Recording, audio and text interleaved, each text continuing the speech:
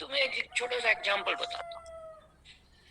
Anxiety others में जैसे अभी तो नक्स को भी डाल दिया केयर फूड्स में, लेकिन पहले केवल एंजाइटी में था। ठीक है ना?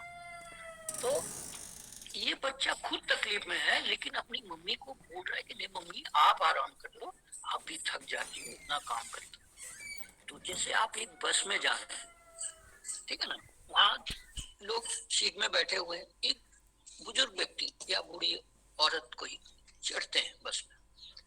तो एंजाइटी वाला, जिसको एंजाइटी होगा वो क्या बोलेगा और जिसको केयर होगा वो क्या बोलेगा, ये समझना है हमको प्रैक्टिकली। आप बस में बैठे हुए हैं, एक व्यक्ति देखा कोई बुजुर्ग चढ़ा, तो उसने बोला अरे यार थोड़ा दिखता नहीं है, बुजुर्ग व्यक्ति है, वो बैठा हुआ खुद, और दूसरे को बोल रहा है कि भाई देखो थोड़ा बूढ़े व्यक्ति है, दिखता नहीं है तुम्हें, ये बूढ़े व्यक्ति, थोड़ा जगह दे दो इनको बैठने के लिए, खुद नहीं उठेगा। ठीक है? तो ये आप, ये वाली बात हो गई कि उनका मतलब चिंता है उसको, तो एंजाइटी, ये एंजाइटी हुआ। और केयर्स वाला जो केयर्स अदर्स फॉर है, वो खुद उठ जाएगा और बोलेगा आप यहाँ बैठिए, मैं खड़ा हो जाता हूँ। ये प्रैक्टिकल एग्जांपल है, anxiety others for and careful of others about. ये बच्चा वही शो कर रहा है, ये खुद तकलीफ में है, बुखार है इसको, 3 दिन से बीमार है, फिर भी अपनी मम्मी को ये बोल रहा है कि मम्मी आप आराम करो, आप इतना थक के आते हो। देखिए कैसे एक्सप्लेन करके बोल रहा बच्चा। ठीक है? तो ये केयरफुल ऑफ अदर्स, ये 3 रूब्रिक लेंगे तो रिकॉग्नाइज रियलिटी एंड एक्सेप्टिव तो है ही है, तो उसको थोड़ा सा हम लोग समझने की कोशिश करेंगे। ठीक है ना? एक्चुअल में रूब्रिक है कॉकलेस इंडिकस का मेन रूब्रिक है recognise everything, move but cannot catalepsy, है ना? Catalepsy is a condition of suspended animation. ठीक है? एनिमेशन क्या, चलते फिरते हवा वाला चीज है, तो वो रुका हुआ है। And loss of voluntary motion in which the limbs remain in whatever position they are placed. इसी को डॉक्टर सहगल ने बड़े अच्छे से समझाने के लिए, जैसे हम लोग डॉक्टर मान, हम लोग जब शुरू शुरू में डॉक्टर संजय सहगल और योगेश सहगल का क्लास करते थे, सेमिनार होता था, मैं पहली बार दिल्ली में किया था, तो डॉक्टर मान सर ने वहाँ पे बेलाडोना और ओपियम पढ़ा, और उस समय वो प्रोजेक्टर दूसरे तरह का होता था, तो मान सर अपना स्लाइड बना के लेके आते थे प्लास्टिक वाले पे, और उसके ऊपर रख के समझाते थे। तो फर्स्ट टाइम मेरे को बहुत दिक्कत हुई थी, मेरा कुछ समझ में नहीं आया कि मैं कुछ जानता ही नहीं था, दवा भी नहीं जानता था। फर्स्ट टाइम 2002 में मैं आया था वहाँ, अगस्त या सितंबर में हुआ था, तो हर साल होता था, हिंदी भवन में होता था वहाँ, डॉक्टर संजय सहगल का और डॉक्टर योगेश सहगल का। तो वहाँ पे ये चीज डॉक्टर सहगल ने, जो सहगल साहब ने, जो हमारे परम आदरणीय गुरु, जिन्होंने इस सिस्टम को फिर से इवॉल्व कर दिया, होम्योपैथिक में जान ला दिया, उन्होंने जब समझाया कि इसको थोड़ा उन्होंने सिंपल कर दिया, रिकॉग्नाइज रियलिटी एंड एक्सेप्ट। ठीक है ना? तो किसी चीज को रिकॉग्नाइज मतलब क्या है, किसी चीज को अच्छे से पहचानना। इसको मैं थोड़ा एक्सप्लेन कर रहा हूँ आप लोगों को, थोड़ा सा समय लूंगा, लेकिन एक बार आपको समझ में आ जाएगा ना, हम सबको समझते हैं, इसको थोड़ा एक्सप्लेन करके समझने में, और उसके बाद में अगर टाइम मिलेगा तो मैं थोड़ा डेडी करके बताऊंगा कि डिस्टर्बर्स क्या होता है, कोकलस का के साथ जेलसेमियम का, ब्राइनिया का, नक्स का, ये मैं आपको बताऊंगा। तो थोड़ा सा इसको समझना है हम लोग, समझ लेंगे तो बहुत अच्छा होगा, क्योंकि बहुत नए लोग हैं, सब जानते हैं रिकॉग्नाइज रियलिटी एंड एक्सेप्टेड, लेकिन थोड़ा सा उसका एक्सप्लेनेशन होना चाहिए। किसी चीज को अच्छे से पहचानना, उसको प्रत्येक दृष्टिकोण से बिना भावना के, भावना में बहे, मतलब आपको उसमें इमोशन, ज्यादा इमोशनल नहीं हो जाना है रिकॉग्नाइज करने के लिए, बिना भावना में पड़े आपको, बिना इमोशनली, किसी को दुख है तो ठीक है, वो रो रहा है तो आप भी उसके साथ मत रोने लगे, उसको समझने की कोशिश करिए। पेशेंट आके आपके सामने रोता है, तो आप भी अगर उसमें, ये डॉक्टर संजय बार बार समझाते थे कि उसके साथ तुम इन्वॉल्व मत हो जाओ, आप अपने आप को स्थिर रखो, बिना भावना में बहे ठीक प्रकार से पहचानना कि यह सिचुएशन और व्यक्ति कैसा है। ये सिचुएशन जो अभी आपके सामने वो व्यक्ति दे रहा है, प्रेजेंट कर रहा है, वो व्यक्ति कैसा है और उसका सिचुएशन कैसा है, इसको समझना। रिकॉग्नाइज का मतलब ऐसे समझेंगे, उस सिचुएशन पर उसका क्या प्रभाव पड़ रहा है, मतलब वो जिस कंडीशन में पेशेंट है, हमको तो पेशेंट के थ्रू देखना है, जो बीमार है उसी के बारे में सोचते हुए हमको ये रुब्रिक लगाना है या उसका इलाज करना है। उस सिचुएशन का असर का क्या प्रभाव पड़ रहा है या फ्यूचर में क्या प्रभाव पड़ेगा, या यह बीमारी उसे कैसे प्रभावित करेगी, ये रिकॉग्नाइज करना इस ढंग से। देखिए मैं 3-4 सेंटेंस आपको समझा, प्रभावित करेगी उसको हर दृष्टिकोण से अपनी बुद्धि से पूरी तरह से समझ लेना, ये आपको समझना है। हम पेशेंट के वर्जन में चल रहे हैं, दवा के वर्जन में चल रहे हैं, ऐसा हर व्यक्ति को करना चाहिए। रिकॉग्नाइज का मतलब इतना ढंग से आपको समझना है किसी चीज को, रियलिटी, ठीक है ना। जैसे डॉक्टर साइकिल का ही चलते हैं हम लोग।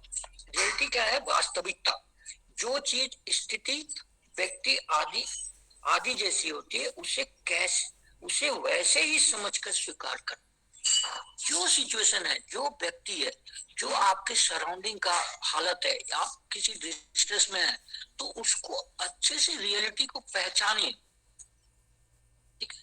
तो पेशेंट का जो रियलिटी है, उसके साथ जो घट रहा है या उसके सराउंडिंग का जो सिचुएशन है, उसकी रियलिटी को हमें समझना, और किसी भी व्यक्ति को समझना है, केवल हमें ही नहीं, क्योंकि हमें मेडिसिन देनी है इसलिए हमें समझना, ये हमारे लिए वो पर हो रहा है।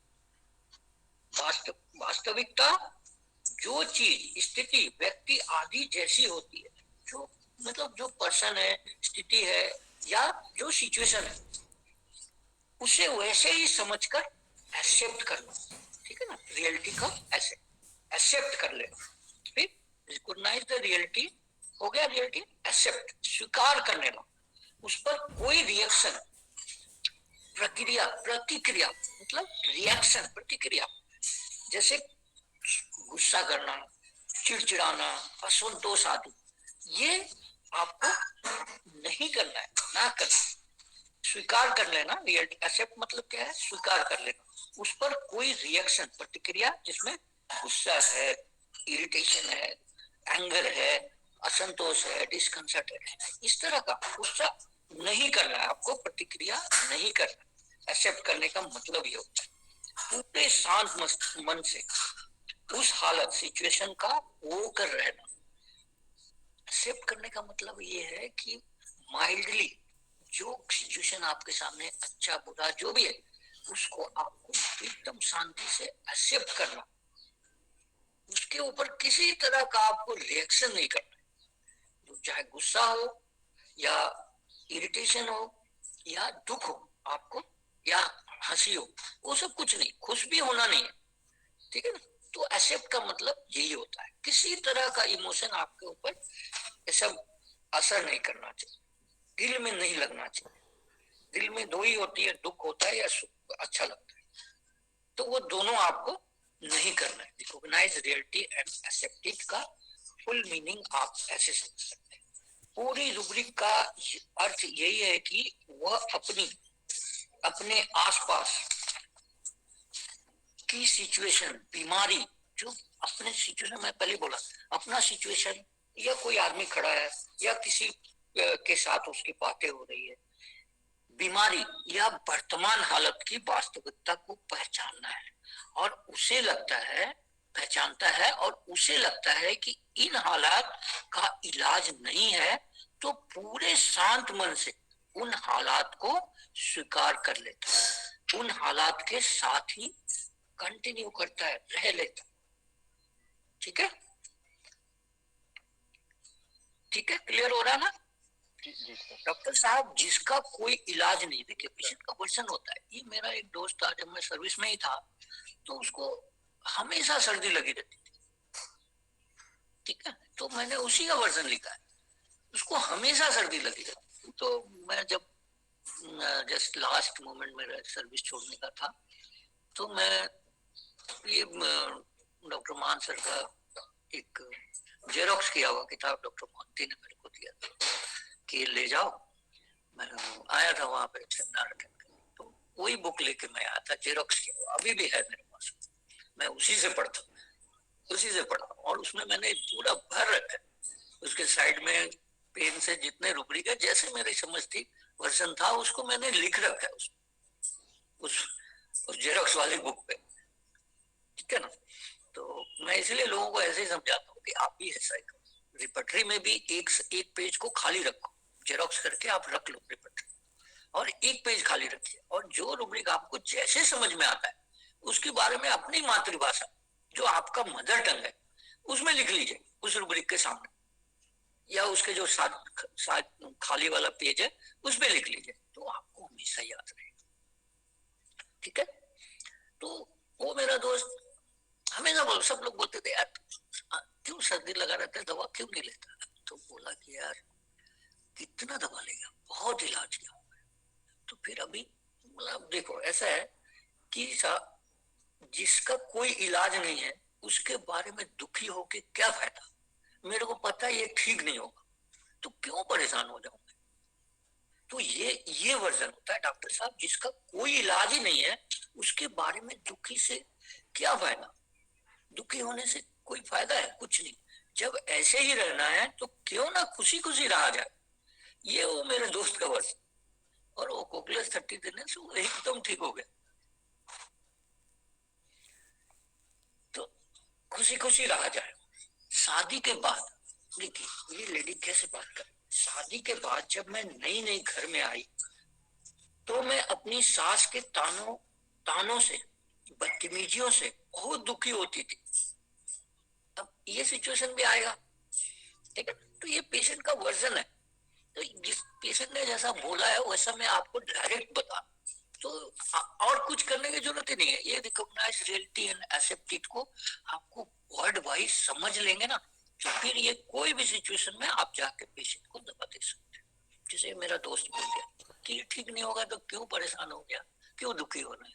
ठीक है तो है, चल रहा है, इसके साथ ही जी लेंगे। क्यों दुखी होने से कोई फायदा थोड़ी। बड़ा खुश मिजाज रहता था। शादी के बाद में जब नई नई घर में आई, तो मैं अपनी सास के तानों से, बदतमीजियों से बहुत दुखी होती थी, अपमानित महसूस करती थी। पर धीरे धीरे समझ गई इनकी तो आदत है, इन इनकी तो बोली ही ऐसी है, इनकी तो मतलब बात करने का ही तरीका ऐसा है, इनका नेचर ही ऐसा है। देखिए कैसे बोल रही है लेकिन, तो बुरा मानकर अपने को क्यों दुखी करना, इनका तो नेचर ही ऐसा है, इनकी बातें ही ऐसी है, तो बुरा मानकर अपने आप को क्यों दुखी करना? ठीक है? अब मुझे कोई फर्क नहीं पड़ता। ये वर्जन मैं आपको बता रहा हूँ रिकॉग्नाइज एंड रियलिटी का। तो डॉक्टर साहब मैं मस्त रहती हूँ, वो बोलती रहती है, मैं अपना काम करती रहती हूँ। उनका खाना देना, उनका ध्यान रखना, उनको नहलाना, बूढ़ी है तो करना तो पड़ेगा ना। लेकिन पहले बहुत खराब था, लेकिन मैं समझ गई कि ये ऐसे ही बोलती रहती है, इनके मतलब बोलने का हमें अपने दिमाग पे नहीं लेना, और खुशी खुशी रहते हैं लोग, अच्छे से। अभी भी बोलती है लेकिन मैं उसको ज्यादा ध्यान नहीं देती, और मैं बस मुस्कुरा के वहां से निकल जाती हूँ, हंस देती हूँ उनके सामने, तो और गुस्सा हो जाती है। बुढ़ापे में ऐसे रोग लग जाते हैं, है ना? बहुत पेशेंट इस तरह का भी बात बोलते हैं कि बुढ़ापे में ऐसे रोग लग जाते हैं, आदमी को अपनी उम्र स्वीकारनी ही चाहिए। ठीक है? स्वीकारनी चाहिए नहीं, स्वीकार करनी ही चाहिए।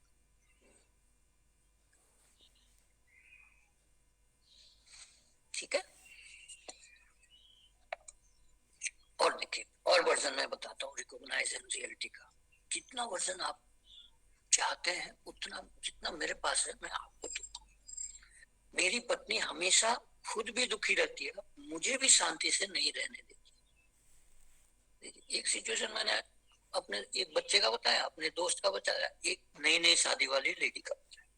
अभी देखिए एक हस्बैंड के बात, मेरी पत्नी हमेशा खुद भी दुखी रहती है और मुझे भी शांति से नहीं रहती, ठीक है। मैं हमेशा समझाता हूँ कि हमारी जितनी आमदनी है उसी में हमें खुश रहना चाहिए। तो ये तो खुद बेचारा कंटेंट है, लेकिन इसकी वाइफ इसको बार बार कहती है, नहीं ना मैं कैसे, मतलब ये चाहिए वो चाहिए। तो ये बार बार उनको समझाता है कि भाई जितनी आमदनी है उसी में हमें खुश रहना चाहिए। जब भगवान ज्यादा देंगे तो ज्यादा खा लेंगे, है ना। आदमी को परमात्मा ने जिस हालत में रखा है उसी में खुश रहना चाहिए। ये आके आपके पास बोलेगा, वाइफ को तो बोल नहीं सकता, लेकिन थोड़ा सा कुछ तो बोलता ही होगा कि भाई जितना है उतना ही में रह ले। होगा तो और करेंगे, अभी जितना है उतना ही में काम चलाते हैं। पर ये समझती नहीं है। अब नहीं समझती तो ना समझे। अब इसको थोड़ा सा चिड़चिड़ापन आया, गुस्सा आया, अब ये नहीं समझती है तो ना समझे। अब मैं इन बातों पर ध्यान ही नहीं देता हूँ, मस्त रहता हूँ, ऐसे मस्त रहता हूँ। ये बोलती रहती है, मैं चुपचाप सुनता रहता हूँ, क्यों अपना दिमाग खराब करूं। वैसे मेरे को पता है कि ये ऐसे ही बोलती रहेगी और हमारा इनकम बढ़ना नहीं है, तो जितना है उतना ही में खुश रहो, लोगों से मिलो, दोस्ती रहो, इसका भी ध्यान रखो, जितना जरूरत हो सके अगर मिल जाए तो ठीक है। अब नहीं मिलता है तो आदमी माथा थोड़ी पकड़ लेगा या जहाँ कहीं कूद थोड़ी जाएगा, आराम से रहो, मस्त रहो। अब एक छोटा बच्चा है, देखिए इतना हो गया हम लोग को, बड़ों का छोटा बच्चा है, छोटा बच्चा है, माँ उसकी तारीफ कर रही है, तंग नहीं करता, ठीक है। माँ उस बच्चे के आके आपको बोलेगी, डॉक्टर साहब ये तंग नहीं करता, कभी तंग नहीं करता ये बच्चा। छोटे से भी पेशाब भी लगती थी तो ये बच्चा था तो थोड़ा ऐसे ऐसे करने लगता था, तो मैं समझ में आ जाता था कि इसको पेशाब करना है, तो मैं इसको ले जाके अलग से पेशाब, बिस्तर तक गीला नहीं करता था ये बच्चा मेरा, कभी तंग नहीं किया है। इसे कितनी भी तकलीफ हो, अगर इसे समझा दें कि मुझे मुझे रसोई में पापा के लिए खाना बनाना है, तो ये समझ जाता है। इसको कितनी भी तकलीफ हो, बुखार लगा है, दर्द, सर दर्द हो रहा है या पेट दर्द हो रहा है, तो ये तंग नहीं करता, चुपचाप बैठा रहेगा, मेरे पास आके बैठ जाएगा या बिस्तर पे बैठा रहेगा। लेकिन जैसे मैं इसके पास बैठी हूँ तो मैं इसको समझा दूंगी कि बेटा थोड़ा मैं आती हूँ किचन में, पापा को जाना है फिर, तो मैं खाना बना के थोड़ी देर तुम बैठो, मैं पापा का खाना बना के फिर आऊँ। इसे समझा दे कि मुझे रसोई में पापा के लिए खाना बनाना है, समझ जाता है, फिर कुछ नहीं करता, चुपचाप लेटा रहता है, ठीक है। ऐसे बच्चों को लॉजिकली समझाया जाए तो वो समझकर स्वीकार कर लेते हैं, एक्सेप्ट कर लेते हैं, रिकॉग्नाइज द रियलिटी, एक्सेप्ट। इस तरह से हम इसको, फिर वो शोर नहीं मचाते, ठीक है ना। ऐसे बच्चों को लॉजिकली समझाया, जैसे इसकी मम्मी ने समझाया कि बेटा मेरे को पापा के लिए खाना बनाना है, आप लेटो मैं अभी आती हूँ, तो ये समझ जाता है। ऐसे बच्चों को लॉजिकली समझाया जाए तो वो समझकर स्वीकार कर लेते, ठीक है, फिर वो शोर नहीं मचाते। ऐसे बच्चों को समझ चाहे देर में आए पर वो समझ जाते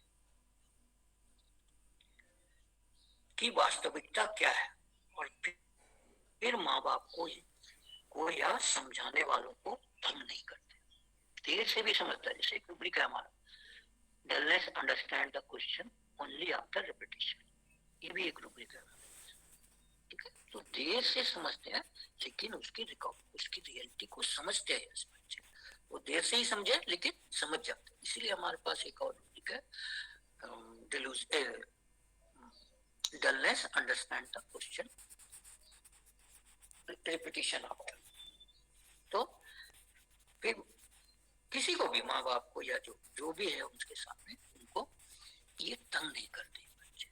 तो मैंने आपको 4-5 एग्जाम्पल बताया, वर्जन बताया पेशेंट का कि इस तरह से वर्जन हो सकता है, और भी हो सकते हैं, आपको भी मिले होंगे बहुत सारे। तो मैंने जितना, मेरे पास जितने थे और मिलेंगे आगे भी, तो मैंने उसको आपके लिए अभी ये अभी कोई डाउट है आपको recognise reality and accept? No sir, clear हो मेरे गया को बहुत लगता है अच्छे कि तरीके इतना से। एग्जांपल आपके लिए।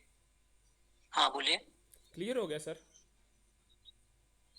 हाँ, तो सर जी इतना एग्जांपल मैं समझता हूँ कि रिकॉग्नाइज रियलिटी एंड एक्सेप्ट के लिए ठीक है, हर एज के लिए मैंने आपको बता दिया। यंग, न्यूली मैरिड लेडी, कोई भी घर में जो लोग हैं उनके लिए, या बच्चों के बारे में, तो हम लोग समझ इतना तो।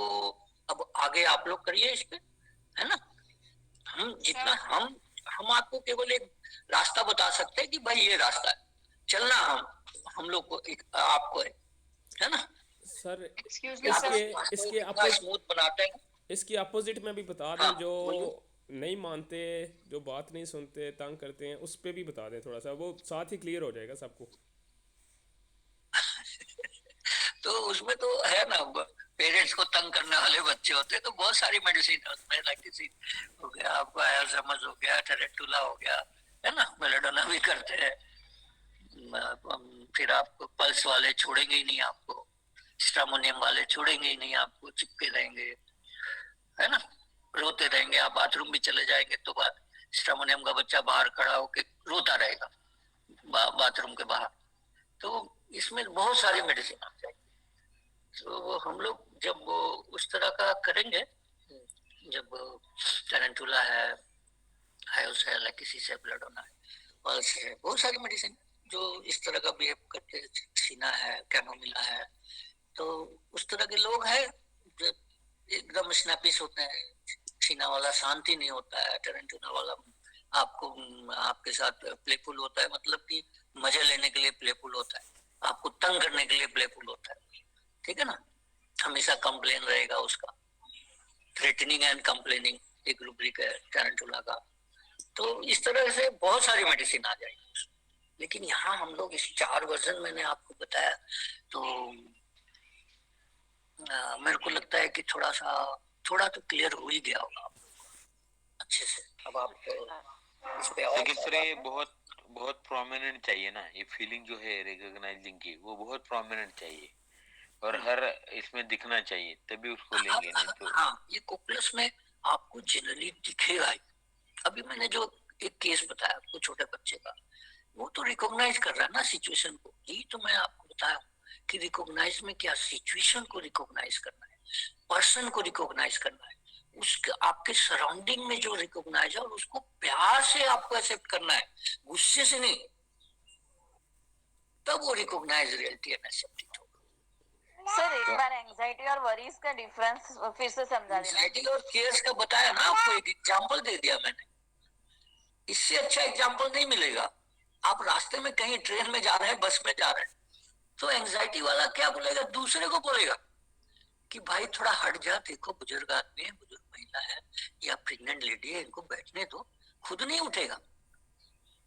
लेकिन जो केयर वाला है वो उठ जाएगा और उनको अपनी सीट पे बैठा देगा कि आप यहाँ सर मैम ने पूछा केयर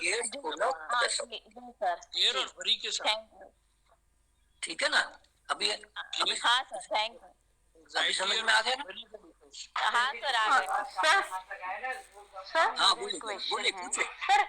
सर केयर में तो एक्शन होगा और एंजाइटी में केवल दिमाग में बातें चलेंगी सर, ये डिफरेंस है ना। एंजाइटी में दिखा, मैंने आपको एग्जांपल बताया ना। अब आप इस पे आप खुद इसको थोड़ा सा एनालाइज करिए। मैंने एग्जांपल बता दिया आपको, और एकदम प्रैक्टिकल एग्जांपल बताया। तो आपके जैसे क्लिनिक में ही है, मान लीजिए, है ना, ठीक है, ठीक है ना। क्लिनिक में ही आपके वेटिंग रूम में बच्चे लोग, वेटिंग हॉल में लोग बैठे, ठीक है। अब उसमें आपको ध्यान रखना है, ये बहुत आपके लिए बहुत जरूरी, कि कोई व्यक्ति कोई है जो कोई बहुत ज्यादा तकलीफ में आया है ना, तो कोई आदमी जो जो वहां पे केयर करने वाला होगा, उसके अगर नंबर पहले है ना, ठीक है, अगर वो पहले उसका नंबर है और किसी को देख लिया उसने कि भाई इसका कंडीशन ज्यादा खराब है, तो वो क्या करेगा कि आप चले जाइए पहले, मैं बाद में चला जाऊँ। और एंजाइटी वाला क्या करेगा, आप बताइए, मैंने जो एग्जांपल दिया है, अभी समझ में आ रहा है ना आपको, केयर क्या करेगा और एंजाइटी वाला क्या करेगा। एंग्जाइटी वाला क्या करेगा, वो क्या करेगा, ठीक है मैं आता हूँ, आप मेरी जगह बैठिए, आप मेरे बाद चले जाइए, ठीक है ना, बैठने के लिए वहां जगह नहीं है, लेकिन वो अपनी जगह बैठा देगा, मैं दिखा लेता हूँ पहले, फिर आप चले जाइएगा। और केयर वाला क्या करेगा, यही फर्क करना है। केयर वाला सीधा बोलेगा आप चाहिए पहले, मैं वेट कर लूंगा, मेरा उतना तकलीफ नहीं है, आपको ज्यादा तकलीफ है। और एंजाइटी वाले को क्या होगा, सिंपैथेटिक भी तो हो सकता हाँ सिंपैथेटिक ले सकते हैं। ये देखिए, ये हम आपको सिचुएशन पे देख के करना है। मैंने आपको एक ब्रॉडर वे में, आपको एक जनरल वे में बता दिया है कि एंजाइटी कैसे होता है और केयर कैसे होता है। ये बस का एग्जांपल मैंने बता दिया। सर कैकुलस वाला कंटेंट में इस भी तरह रहता से। है, कंटेंट। हाँ कंसेंट है, इसीलिए तो करता है ना, इतना केयर क्यों करता है। जी आपको हमको समझना है कि एंजाइटी में भी है ये, anxiety others for, care others for में, दोनों में है। बहुत सारी मेडिसिन नहीं है, आप उसको डीडी करना सीख जाइए, एक बार डालिए, उसमें आपको ना पता लगने लगेगा। एक दो रूब्रिक डालने से ही आपको पता लगने लग जाएगा कि एंजाइटी में, एंजाइटी एंड केयर दोनों जो मेडिसिन है कहाँ अलग होते हैं, किस रूब्रिक से अलग होते हैं। ठीक है जी सर। सर मेरा एक क्वेश्चन है, एक ऑटिज्म का बच्चा है सर, उसमें क्या हम dullness understand question only after repetition consider कर सकते हैं? मतलब वो बच्चा ऐसा है सर कि उसको 2-3 दिन कोई चीज के लिए समझाना पड़ता है, लेकिन फिर वो बाद में मान जाता है। हाँ, तो डलनेस तो है ही है ना। जी सर। और मैं इस तरह के ऑटिज्म का केस लेता हूँ ना, तो आपको बहुत पीछे जाना पड़ेगा कि उसकी माँ जब प्रेग्नेंट थी ना, उस समय कुछ गड़बड़ हुआ था क्या। ओके सर, ओके सर, ठीक है, वो आपको पूछना। उस समय वो सर। कोई टेंशन में थी या डर गई थी, ऐसा कुछ हुआ था क्या, तो आपको बहुत अच्छा रिजल्ट मिलेगा। सर कल एक पेशेंट का वर्जन था कि मैंने पूछा गुस्सा, तो गुस्से का बताया कि मेरे मुताबिक कोई चीज़ नहीं होती तो मैं गुस्सा करती हूँ, एंगर कंट्रडिक्शन ले लिया हमने। तो बाद में मैंने पूछा पछतावा होता है, तो वहाँ पे उसने जवाब दिया कि अगर गुस्सा करूँ, मेरी गलती हो तो फिर पछतावा होता है, अगर मेरी गलती ना हो किसी और की गलती हो फिर पछतावा नहीं होता मुझे। इस पे क्या लेंगे सर?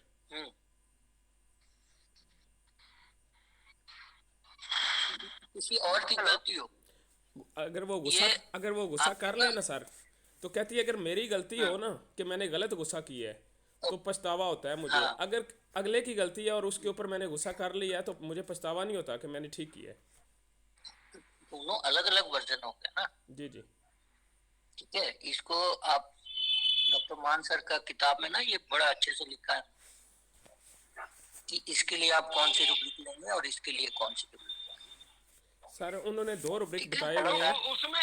उसमें आपको ना पूछना पड़ेगा कि कितने % आप गलत समझते हैं अपने आप को, उसमें से पता चल जाता। बहुत सारे कहते हैं कि मैं तो 10% गलत होता हूँ, 5% गलत होता हूँ, फिर हम पॉजिटिवनेस ले लेते हैं।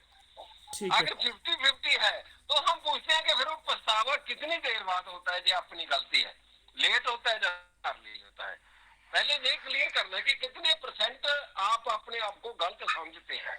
ठीक है, तो अगर वो मैक्सिमम गलत समझती है कि मैं ही गलत हूँ तो फिर सर क्या लेंगे उसमें? आप फिर वही लेना होगा आपको कि कितनी देर बाद पछतावा करते हैं, कोई का लेट। ठीक है सर। हाँ, और जो आप कह रहे हैं ना कि अगर मेरी मर्जी के मुताबिक ना हो तो गुस्सा आता है। जी जी, एक ऐसे भी रूब्रिक है एंगर के नीचे, जब वायलेंट के when things do not go according to my will, ऐसे भी एक रूब्रिक है। ठीक है सर। वो भी पूछ सकते हो सर। हेलो मान सर, हाँ सर, अगर कॉकरोच का गुस्सा होता है ना तो हेलो सर, एक करके सर प्लीज एक सर गुस्सा बड़ा समझदार होता है, हमेशा हमेशा नीचे वाले पे आता है। Hello sir. बोले बोले। कॉकरोच का जो गुस्सा होता है वो जाहिर नहीं करता है सर। वो अगर गुस्सा होगा, अगर उसके मुताबिक काम नहीं होता है तो अगर इरिटेशन है, गुस्सा होगा तो वो चुप लगा जाएगा और उदास हो जाएगा। उसके रूब्रिक है सैडनेस रिफ्लेक्टिंग, इसमें प्लेटिना के साथ पड़ी हुई है कैकुलस। रिफ्लेक्टिव इसके साइड में बाद थी। आप लोग खुद भी ढूंढिए, मैं बता रहा हूँ ना, आप जो एकदम नए नए सीख रहे हैं ना, और डॉक्टर मान साहब की किताब को जरूर पढ़िए। आपको बहुत कुछ सीखने को वहां से, कैसे केस टेकिंग करना है और कैसे पेशेंट को बात करना है। ठीक है, उसको शुरुआत में भी उन्होंने बहुत अच्छे से लिखा हुआ है, केस टेकिंग कैसे करना है। सर आज का आप जो नए लोग हैं ऐसे ही सीखिए, उस बुक से सीखिए, फिर बाद में आप उस बुक को हमेशा पढ़ते रहेंगे ना, तो आपको खुद ही नई नई बातें आती रहेंगी। सर आज का कैलकुलस भी सर मान की बुक से ही समझ में पकड़ा है आएगा। हमने ना, recognise reality and accept. Hello sir उस बुक का नाम क्या है? होम्योपैथी एंड माइंड है। Okay sir, thank you. हाँ, और इंडियन बुक मेरा- पब्लिकेशन का है वो। ओके। अरे एक बार डाल दिया था, उस पे डाला हुआ है वो, आप देख लीजिए। पहले थोड़ा मैं आपको ना ये डिस्टर्ब वर्ड्स का बताता हूँ, ठीक है ना। हेलो। हाँ जी। हाँ सर, मेरे को सर, मैं ना ये माइंड मेथड में सर मैं न्यू हूँ, तो सर मुझे ये बताइए, जैसे हम जो मेडिसिन देते हैं तो स्टार्टिंग हम कौन सी पोटेंसी से करें और उसके रिपीटेशन ऑफ डोज क्या रहेगी? 30 डॉक्टर सहगल साहब ने बता रखा है, जब आपको शुरुआत करते हैं तो 30 दे दीजिए। धीरे धीरे आपको पोटेंशियल की बात समझ में आने लग जाएगी, धीरे धीरे। तो जैसे सर अभी ये जैसे अगर पेशेंट को रिलीफ है तो सर वो सिंगल डोज आएगी, फिर रिपीट कब करनी है? जैसे कि जब प्रॉब्लम वापस रिगेन दिख रही है, थोड़ा सा प्रॉब्लम हाँ। वापस से हो रही है, उसके फिर आपको रिपीट रिपीट करनी। हम्म। और सर फिर ये 1M वगैरह का कॉन्सेप्ट ये यूज नहीं करें, 201 और 1M? नहीं कर सकते हैं। जैसे तो सर जनरली मैं, हमने जो सीखा है, तो मैं देखता हूँ कि अगर मेंटली बहुत परेशान है तब हायर अच्छा पोटेंशियल बड़ी अच्छी काम करती है। अच्छा सर, तब 1M वगैरह में यूज कर सकते बहुत ज्यादा मेंटली है तब हायर पोटेंशियल। कभी कभी मैंने हैं। फिजिकली, टोटली फिजिकली सिम्टम है उसमें भी 1M दिया है, तो बहुत अच्छा रिजल्ट हुआ है। और तो सर ये अपने एक्सपीरियंस पे डिपेंड होगा, लेकिन सर बहुत बार ऐसा लगता है कि मेडिसिन तो एक्यूरेट है बट डोज की प्रॉब्लम की वजह से लगता है रिजल्ट नहीं आ पा रहे, या कहाँ रिपीट करना है तो वहां भी केस थोड़ा डिस्टर्ब हो जाता है। कोई डिस्टर्ब नहीं होगा।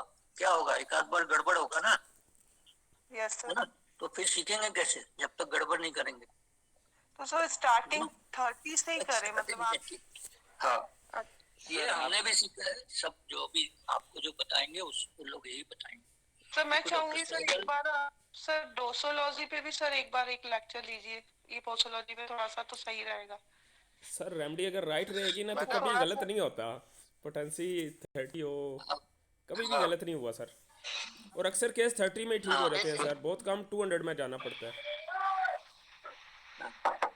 क्योंकि शुरुआत में जब मैं बहुत ज्यादा जो पैथोलॉजिकल केस होते थे ना, तो मैं 3x भी दिया, और 3x से भी बहुत अच्छे अच्छे रिजल्ट हुए। मैंने बेलाडोना का जो केस बताया आप लोग को पहली बार, वो मेरा बेलाडोना वाला जो केस है ना, उसको देखिए मैंने 3x में दिया था पेशेंट को, जबकि उसको कैंसर था, और वो लेडी अभी तक ठीक ठाक है, 12-13 साल हो गए उसके। जबकि उसको बोल दिया गया था कि ये बस चंद दिनों की मेहमान है, 6 से 1 हफ्ता से 10 दिन, इससे ज्यादा नहीं बचेगी ये।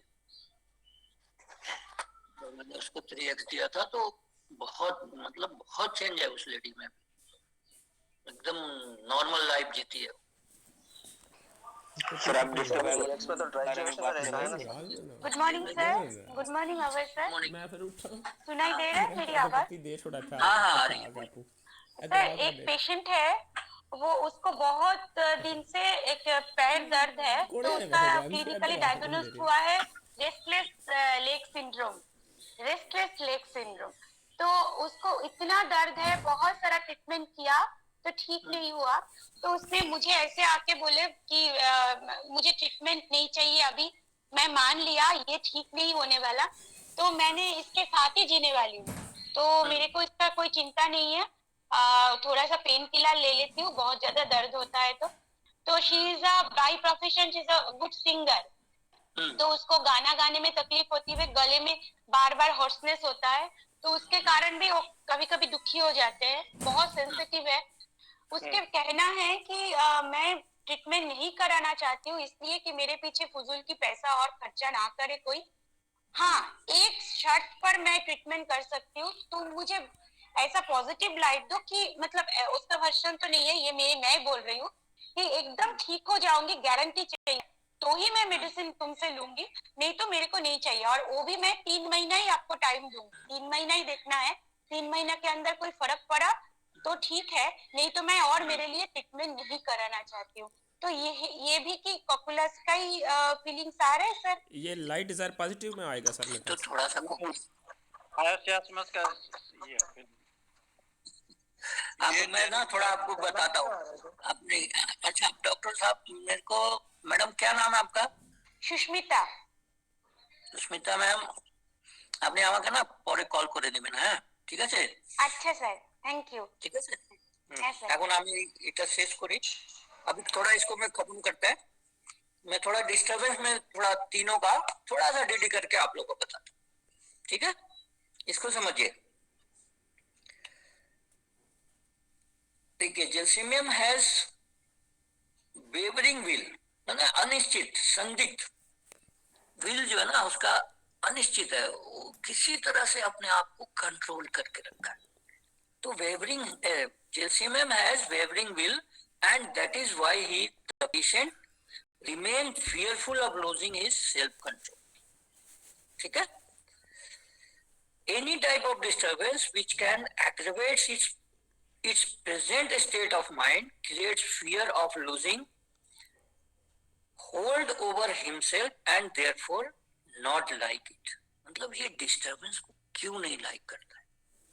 फिर हम कोकलस के बारे में पढ़ेंगे, ब्लैनिया का भी करेंगे, ठीक है ना?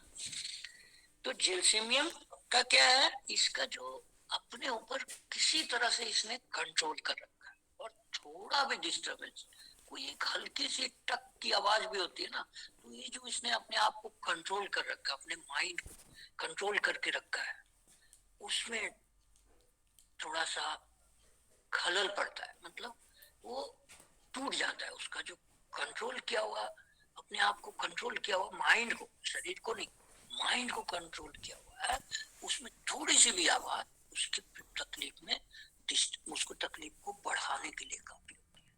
उससे वो अपना कंट्रोल लूज कर जाता है और उसकी तकलीफ बढ़ जाती है, इसीलिए वो डिस्टर्ब नहीं होना चाहता है। ये जेल्सिमियम में है। आप देखेंगे, मैं बार बार बताया हूँ कि एक लेडी को मैं देखने गया था उनके घर में, तो बोले, उनके घर वाले लोग बोले कि डॉक्टर साहब ये एक साइड में ना पड़ी रहती है, उसको कैंसर है, और हम लोग सारा ट्रीटमेंट करके अभी चेन्नई से इसको ले आए, और इसको जरा सा भी, थोड़ा भी हम लोग कुछ बोलते हैं या थोड़ा आवाज होता है या टीवी चल जाता है या स्विच ऑन ही करिए तो ये एकदम से ये हो जाती है, अरे क्यों कर दिया, मेरे को दर्द बढ़ गया, मेरे को तकलीफ हो रहा है, मत करो ऐसे। और ये एक साइड इस तरह से पड़ी रहती है। तो मैंने बस इतने ही पे उसके, मतलब मेरे पास दवा थी, मैंने जेल्सिमियम उनके मुंह में डाला, एक ड्रॉप डाला, थोड़ा सा, क्योंकि अब मुंह खोलने लायक भी नहीं बोले, मतलब इतना कंडीशन खराब था उसका। और वो डालते में जस्ट उन लोग चाय वाय बनाने लग गए, 5-10 मिनट हुआ होगा, वो लेडी घूम गई, ठीक है? तो आप, वो घूम के मेरे से बात करने लगी, उसके आंखों में देखने से ना ऐसे लगता था कि ठीक कर दो। वो इतना पॉजिटिव वे में एक रिक्वेस्ट की तरह उसके आंख देखने से समझ में आ रहा था कि, क्योंकि उसको थोड़ा सा लाइट मिल गया, वो दवा के रूप में उसको थोड़ा सा लाइट मिल गया, और उसको लगा कि मैं ठीक हो सकती हूँ। जबकि उसको मेडिकल साइंस ने मन बोल दिया कि आप कोई उपाय नहीं, आप इनको ले जाओ। तो चेन्नई से उसको ले आए थे, आंख देख के, और उस लेडी के सोने के स्टाइल पे मैंने उसको ये जेल्सिमियम दिया था। इसीलिए डॉक्टर सहगल ने बताया जेल्सिमियम को लाइट डिजायर पॉजिटिव 2-3 मेडिसिन के साथ उन्होंने बताया। तो ये सारी चीजें जो बेसिकल चीज डॉक्टर सहगल साहब ने बताया हुआ, उसको हम लोग को बहुत ध्यान देना है।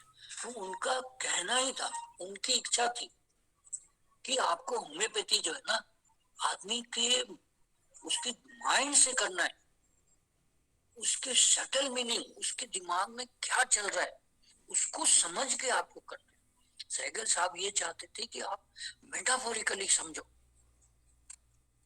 वो उनकी चाहत यही थी। कई बार आप डायरेक्ट बोल दिया, पेशेंट डाउन लगा लिए, चलता है, वो भी चलता है, लेकिन उनकी इच्छा ये थी कि आपको समझना है। वो कैसे बोल देते थे कि लाइट डिजायर पॉजिटिव, कहीं तो नहीं लिखा है, कहीं नहीं लिखा है, लेकिन ऐसी सिचुएशन एकोनाइट वाले आपसे चाहते हैं लाइट डिजायर पॉजिटिव। क्यों चाहते हैं पॉजिटिव? कि आप एक बार बोल दीजिए कि डॉक्टर साहब ये भाई तुम ठीक हो जाओ, तो ये पॉजिटिव लाइट चाहिए उसको। तो ये डॉक्टर सहगल का एक्सप्लेनेशन होता था। उसको हमको समझना है कि वो चाहते क्या थे हमसे, ठीक है ना। दो मेडिसिन के लिए उन्होंने बोल रखा है लाइट डिजायर पॉजिटिव। सर तो जेलसिमियम का ऐसा है, उसकी आंखों में देखने से आपको लगेगा कि बेचारा, मतलब ये आपसे किस तरह से ट्रीटमेंट चाहता है, ठीक है ना।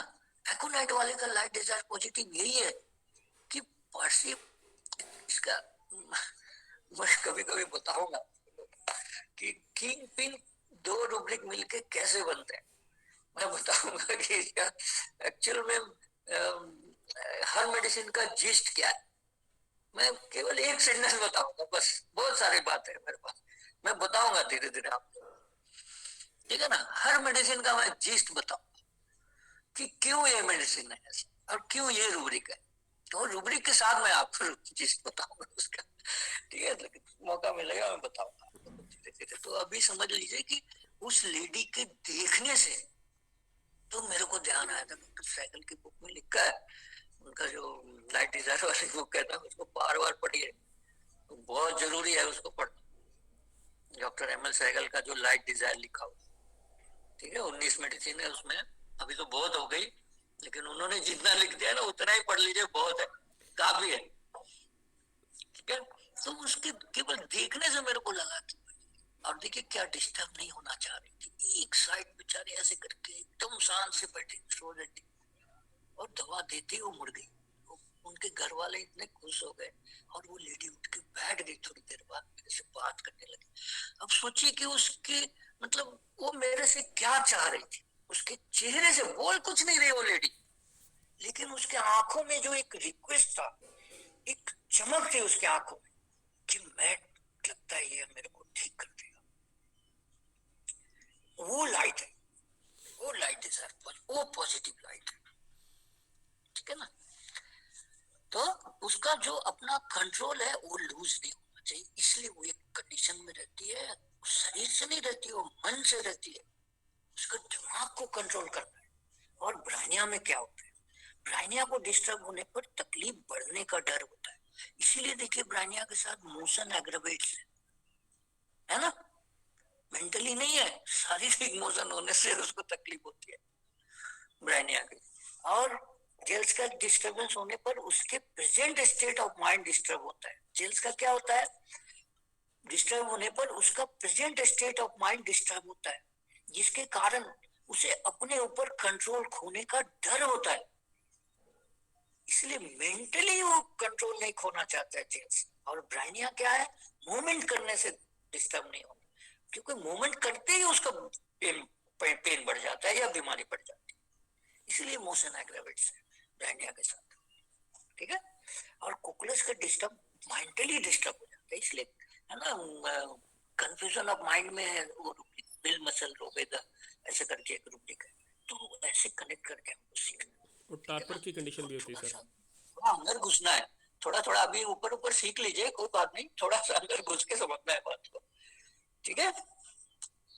चलिए अभी जेल्स का हो गया, ऊपर कंट्रोल खोने का डर होता है, इसलिए वो अपनी बीमारी की अवस्था में किसी प्रकार का डिस्टरबेंस नहीं चाहती है, मेंटली और फिजिकली बोथ।